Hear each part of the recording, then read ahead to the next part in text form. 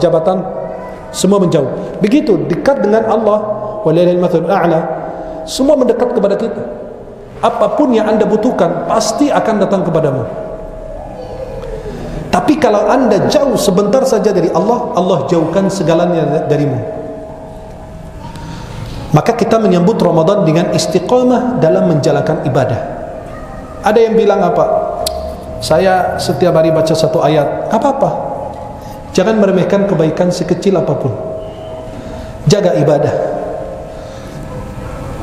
Kemudian menyambut Ramadan dengan mempelajari hukum puasa. Saya yakin, mudah-mudahan saya suuzon, yakin banyak umat Islam tidak mengenal hukum puasa yang sebenarnya. Bukan hukum puasa wajib atau tidak, fikih berkaitan dengan puasa. Orang yang tidur sepanjang hari, batal nggak puasanya? Dari zuhur sampai maghrib. Atau tiba-tiba orang pingsan dari subuh sampai jam 4 sore dan bangun, batal nggak puasa?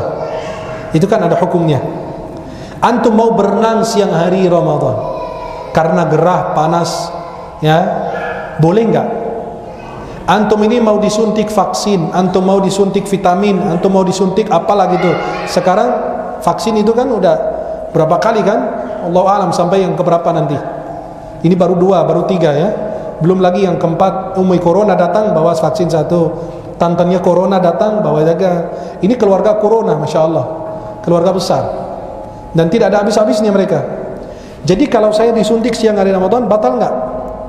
Saya pakai obat mata, saya pakai parfum. Saya kadang-kadang kalau ada jamaah di rumah lihat saya pakai parfum, dia bilang, ini apa, ini pakai parfum, batal puasa. Kamu dari mana ini? Fikih luar angkasa apa dari mana fikih? Apa fikih kodok ini? Dari mana kau mengajar orang? Kalau anda tidak tahu hukumnya, lebih bagus diam. Nangis yang hari Ramadan, kita dapat musibah apa? Nangis, katanya makruh.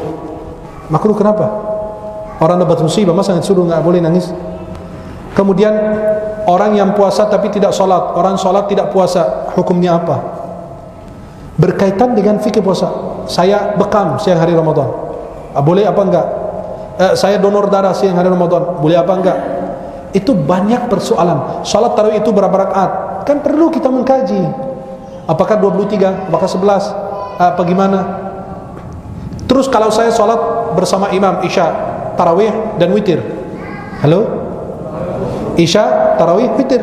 Tiba-tiba saya terbangun jam 3, saya mau sholat lagi, boleh enggak? Kan saya tutup dengan witir. Kan sholat akhir sholat kita itu sholat witir. Boleh enggak saya sholat lagi? Atau saya boleh witir lagi? Kan perlu ilmu lagi. Kita perlu mempelajari. Maaf, karena puasa itu setahun sekali. Jadi kayak jamaah mau berangkat umrah dan haji, kan setiap mau berangkat diajarkan manasik lagi, di manasik lagi dan lain. Halo? Jadi diajarkan, diupdate ilmu. Kan begitu. Perlu kita update ilmu terus, biar kita tidak lupa terhadap ayat Al-Quran dan tidak terlupa terhadap fikih puasa. Jelas? Maka perlu kita, teman-teman Bekar Subuh atau teman jamaah yang lain, cari ustaz 2 minggu atau 10 hari sebelum Ramadan untuk 2 pertemuan, 2 kali pertemuan, 3 kali pertemuan. Ustaz atau ustazah, kami mau ngaji fikih puasa yang ringkas, yang mudah bagi orang awam. Nanti dijelaskan syarat-syarat puasa, rukun-rukun puasa, puasa itu pengertiannya apa, hukum puasa, dan lain sebagainya. Bagaimana kita membuktikan Ramadan sudah masuk? Itu semua berkaitan dengan fikih puasa. Hal-hal yang membatalkan puasa, mimpi basah siang hari Ramadan, batal nggak puasanya? Itu kan perlu kita mengkaji lebih detail lagi. Itu kan tidak malu, itu ilmu, itu fikih. Ya, saya ini dari sejak SMP masih kecil tuh. SMP, SMA kita ngaji berkaitan dengan fikih wanita juga, yang wanita sendiri nggak tahu. Kenapa? Karena kita wajib mengenal. Ketika orang bertanya, saya harus menjawab dan berdasarkan ilmu, karena kita sudah didahului dengan kajian terlebih dahulu. Maka para jamaah yang dimuliakan Allah Subhanahu wa taala, kita menyambut Ramadan dengan berbanyak mempelajari khususnya fikih puasa atau hukum puasa. Saya upload di YouTube kalau nggak salah 2 kajian tentang fikih puasa lengkap. Ya ringkas bisa difahami itu. Saya nggak mendalaminya lebih dalam biar difahami oleh masyarakat awam. Kenapa? Biar orang kalau saya nggak punya waktu, ya bisa nonton aja, dengerin. Ada kegiatan, ada apa. Sekarang kan ilmu itu bisa mudah sekali, tapi kita yang malas-malasan. Kemudian menyambut bulan Ramadan dengan punya niat untuk mengisi setiap detik dan setiap waktu di bulan Ramadan. Allah Subhanahu wa taala bersumpah dengan waktu. Saking pentingnya waktu itu, Allah berfirman, "Wal fajri wa layalin 'ashrin wasyaf'i wal watr." Demi waktu fajar. Mulai lagi Allah bersumpah lagi, wadduha. Wadduha wal laili idza saja wal 'ashri innal insana lafi khusr وَاللَّيْلِ إِذَا يَغْشَى وَالنَّهَارِ إِذَا تَجَلَّى. Coba lihat, Allah bersumpah dengan waktu. Waktu fajar, waktu duha, waktu asar. Kan wal asri itu di bagian tafsir ulama bilang waktu asar, bukan demi masa, tapi waktu asar. Tapi kalau di masa mencakup semua, termasuk waktu asar. Yang keempat, wal laili, demi waktu malam. Maka Nabi SAW bersabda dalam hadis riwayat Bukhari Muslim dari Ibnu Abbas, ni'matani maghbunun fihima katsirun minan nas, as-sihha wal faragh. Dua nikmat yang sering dilalaikan manusia, nikmat sehat dan waktu luang. Dalam hadis riwayat Tirmidzi, la tazula qadama 'abdin yaumal qiyamah hatta yus'al an arba' an umrihi fima afna. Tidak akan bergeser kaki seorang hamba di hari kiamat sehingga ditanya tentang 4 hal. Di antaranya umur kita habiskan buat apa? Kita habiskan buat apa? Akan ditanya oleh Allah Subhanahu wa taala. Dan banyak, wal 'asri innal insana lafi khusr. Demi masa, sesungguhnya manusia semua merugi. Semua jenis manusia, kecuali yang beriman, beramal soleh, berbuat baik dan mengajak orang lain berbuat baik dan bersabar dalam mengajak orang lain. Teman-teman baikar subuh itu subuh-subuh, Masya Allah. Ada yang isya, kan? Gerakan subuh dan isya luar biasa. Itu subuh-subuh ngajak teman-teman itu ramainya, Masya Allah, luar biasa. Sebuah kebanggaan untuk umat. Tapi jangan cuma teman-teman baikar subuh doang. Ya sekali-sekali antum kan pada naik motor. Halo? Masih hidup? Antum kesini naik apa? Motor kan? Sekali-sekali dong. Kan antum gak habisin bensin juga sama aja tuh. Tetangga antum, anak muda atau bapak-bapak, Pak, ayo kita mau ngaji dong. Saya boncengin kok, Bapak nggak bayar apa-apa. Ayo boncengin, ajak satu, nanti yang lain ajak satu, yang lain ajak satu. Jadi kita dulu bergerak 10 orang, jadi 20 orang. Kan diboncengin 1 orang. Tapi jangan bini orang di bawah, istri orang diboncengin, Bu, ayo kita. Ya itu bahaya. Jangan. Janda tetangga juga diajak, wah bahaya juga. Ajak tetangga, anak muda tuh tetangga kita SMP, SMA. Dek, ayo. Mau kemana Pak? Aku mau diculik. Mana masa mau diculik kamu? Masa kasih makan apa? Ayo ikut abang. Buat apaan? Kita ngaji sebentar. Nanti saya antar kamu pulang lagi. Kan keren itu. Maka gerakan kita itu berluas. Bukan cuma kita doang 10-20 orang. Itu lagi. Yang fulan ini lagi. Dia lagi. Nanti jadikan bertambah.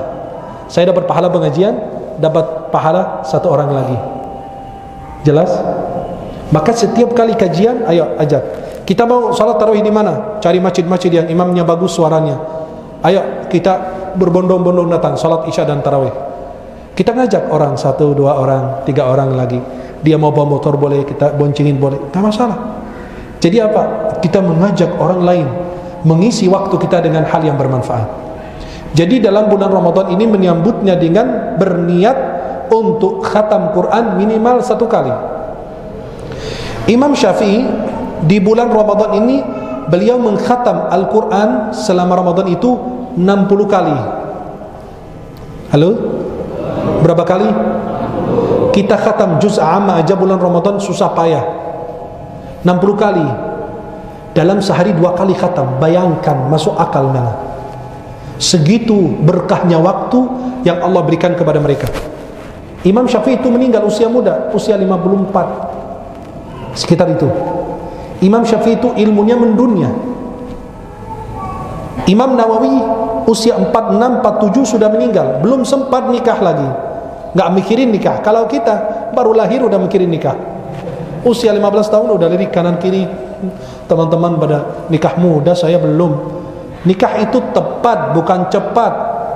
Nikah cepat rusak, merusakkan rumah tangga. Tapi nikah itu tepat, ada waktunya. Harus ada ilmunya dulu, harus ada usaha dulu, harus ada kerjaan dulu. Masa nikahin anak orang, hidup di rumah orang tuanya, makan enak, hidup enak, tiba-tiba nikah sama kamu, sengsara, hidupnya susah payah, kayak di zaman Firaun. Itu, maka nikah itu subhanallah. Tapi mereka menghasilkan ilmu yang bermanfaat. Kenapa? Karena mereka mengisi waktu mereka dengan keberkahan, dengan ilmu, dengan Quran. Imam Syafi'i khatam Quran selama sebulan Ramadan itu 60 kali, sehari 2 kali. Ada seorang ulama bilang, saya coba juga ini khatam 60 kali. Ternyata nggak berhasil, cuma dapat berapa kali? 59 kali. Nampaknya Allah berikan keberkahan untuk Imam Syafi'i. Imam Syafi'i ini 9 malam ada kitab namanya Muwatta Imam Malik, isinya 2000 hadis lebih, 1 jilid. Imam Syafi'i saking susahnya, nggak punya duit buat beli kitab, hafal tuh buku dalam waktu 9 malam. Usia beliau 9-10 tahun. Belum ketemu Imam Malik di Madinah, kan beliau bermulazamah, berkhidmat ke Imam Malik dan belajar. Dan ada cerita unik pada saat berjumpa dengan Imam Malik. Itu beliau sebelum ketemu penulis udah hafal kitabnya. Sampai beliau berkhidmat kepada Imam Malik sampai Imam Malik wafat 179 Hijriah. Imam Syafi'i itu masih muda.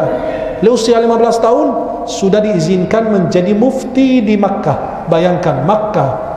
Beliau 15 tahun duduk di kursi untuk berfatwa. Kita 15 tahun ngapain ini? 15, astagfirullah. Kalau lihat mereka dulu kayak malaikat, kita ini kayak jin ifrit. Ya, kita ini kayak jin ifrit itu berbanding mereka ini. Hebat. Imam Syafi'i itu malamnya dibagi 3 bagian. Sepertiga pertama nulis baca, sepertiga kedua ibadah, sepertiga ketiga istirahat sholat. Imam Abu Hanifah sholat subuh dari wudu isya'nya selama 20 tahun atau lebih. Dari wudu isya beliau pakai buat sholat subuh selama 20 tahun. Hebat mereka ini. Maka kalau ada yang sampai nuduh ulama dulu, kamu siapa? Baca Qul ya ayyuhal kafirun aja masih belepotan, Al-Fatihah aja belum lolos, main salahin ulama-ulama dahulu. Itulah. Maka kita mempersiapkan mushaf kita. Ya Allah, niatkan, saya khatam Quran tahun ini 5 kali. Ayo niatkan. Ya Allah. Tuh lihat, malas, nggak mau. Astagfirullah. Saya ajak ke neraka, saya ajak ke surga. Ya Allah, saya berniat untuk mengkhatamkan Al-Quran Ramadan tahun ini 5 kali. Ya Allah, aku berniat, aku berjanji untuk mengkhatamkan Al-Quran Ramadan tahun ini 5 kali. Ingat loh, kalian sudah berjanji. Urusan kalian sama Allah. Kalau melanggar, terserah, ana gak ikut campur. Terserah. Kalau ada yang apes, kena masalah, bukan urusan ana. Ana cuma menjebak kalian dalam kebaikan, kalian ikut saya. Ya, semua yang berjanji tadi, insya Allah harus khatam 5 kali. Para jamaah yang dimuliakan Allah Subhanahu Wa Taala.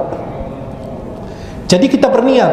Terus kalau belum tercapai, insya Allah sudah tercatat. Nih ada hadis dalam Sahih Muslim. Nabi pulang dari peperangan. Kata Nabi apa? Ada saudara kita di kota Madinah, mereka enggak ikut jihad tapi pahala sama dengan kalian.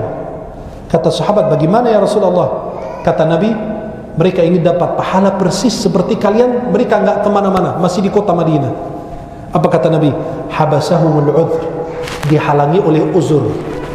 Berarti anda berniat baca Quran kemudian terhalang. Contoh, mau tidur, niatkan aja, niat sebelum tidur, ya Rabb, aku kepingin sholat tahajud. Niat aja, tiba-tiba berbelas bangun subuh, nggak masalah, dapat pahala tahajud. Jelas? Kemudian usahakan untuk jaga sholat malam atau sholat tahajud. Dengan apa? Bagaimana sholat tahajud? Dengan 3 cara. Kalau anda ingin sholat malam tahajud, itu caranya 3. Itu paling simple dan paling mudah. Yang pertama pasang niat, yang kedua pasang, pertama pasang, yang kedua pasang alarm, yang ketiga minum air banyak. Saya yakin bangun tengah malam. Ngapain? Itu orang malas itu yang pipis. Tapi kalau orang hebat bilang, saya bangun wudu, salat, baru tidur lagi. Jelas? Ada orang-orang saleh lagi kumpul, mereka saling bertanya, kamu bangun malam enggak? Bangun. Berapa rakaat? 8 rakaat. Ini 20 rakaat, ini 15 rakaat. Ada temannya lewat. Hei, kamu bangun malam enggak? Bangun. Ngapain? Kencing, tidur lagi. Hah? Astagfirullah. Jadi kalau antum minum air banyak, bangun malam enggak? Kenapa enggak ditahan? Kasihan kasurnya kan? Kenapa urusan panggilan perut Anda lari, dilarang panggilan Allah tidak mau datang? Maka ada jamaah bilang, Ustaz, kalau mayat diazanin, kan ada sebagian di NU itu kalau mayat meninggal diazanin di kubur, kan pakai azan biasa, azan zuhur, ada asar biasa. Tiba-tiba Ustaz, kalau kita bagi azan subuh untuk mayatnya, as-salatu khairum minan naum, salat lebih baik dari tidur. Mayatnya hidup enggak? Kata ustadznya apa? Yang hidup pakai azan subuh enggak bangun, apalagi yang mati. Yang hidup aja diazanin azan subuh enggak bangun-bangun. Maka azan subuh di Indonesia beda dengan Arab. Kalau di Arab azan subuh begini, as-salatu khairum minan naum. Berarti salatnya panjang, tidurnya pendek. Indonesia dibalik, as-salatu khairum minan naum. Jadi salatnya pendek, naumnya panjang, luar biasa. Maka kita menyambut dengan apa? Jangan ketinggalan salat tarawih berjamaah. Jangan lupa untuk bersedekah, berbagi, berbuka puasa kepada mereka yang berbuka. Teman-teman itu bisa di pinggir jalan, patungan beli aqua gelas atau kurma plastik, kayak kita di Timur Tengah gitu, satu plastik kecil isinya 3 kurma. Kurma apalah gitu, terserah. Kurma sukari, kurma apa? Kurma sukari paling bagus dan paling murah. Kurma ajwa mahal.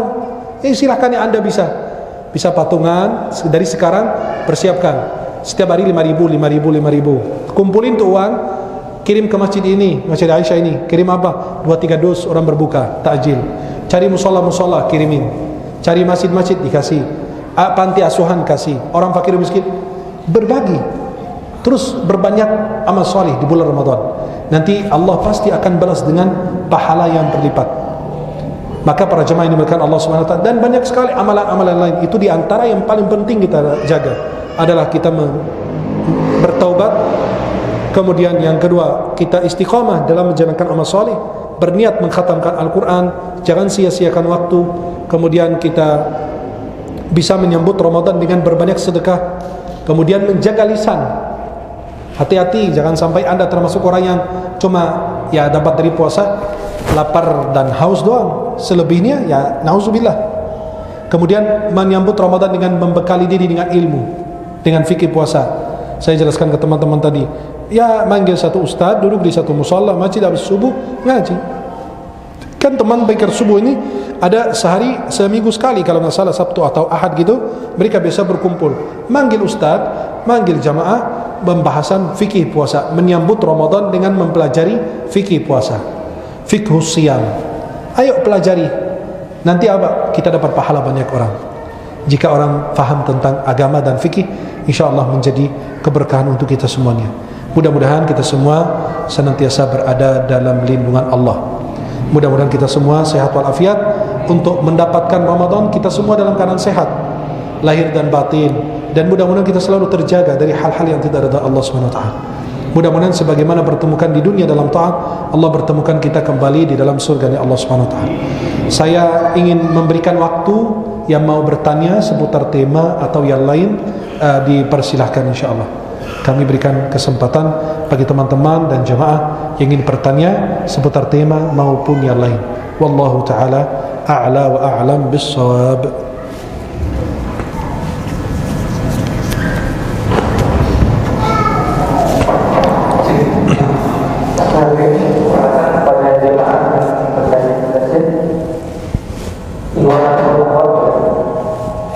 Silakan. Mau bertanya?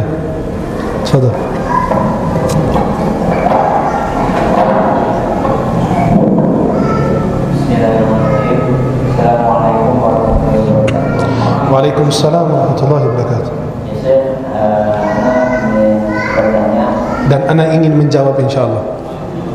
Fadhal. Bagaimana cara bisa yang pertama ya menjauhkan dari kemaksiatan di zaman ini, dan yang kedua bagaimana cara supaya cinta terhadap Al-Quran sampai meninggal mati. Nah, dan yang ketiga, 3 periode dong. 3 periode. Ya, silakan. Kalau dalam pertanyaan boleh, yang lain jangan. Fadhal. Boleh. Yang ketiga, bagaimana caranya menjadi pemuda yang bermanfaat. Siap. Jazakumullah.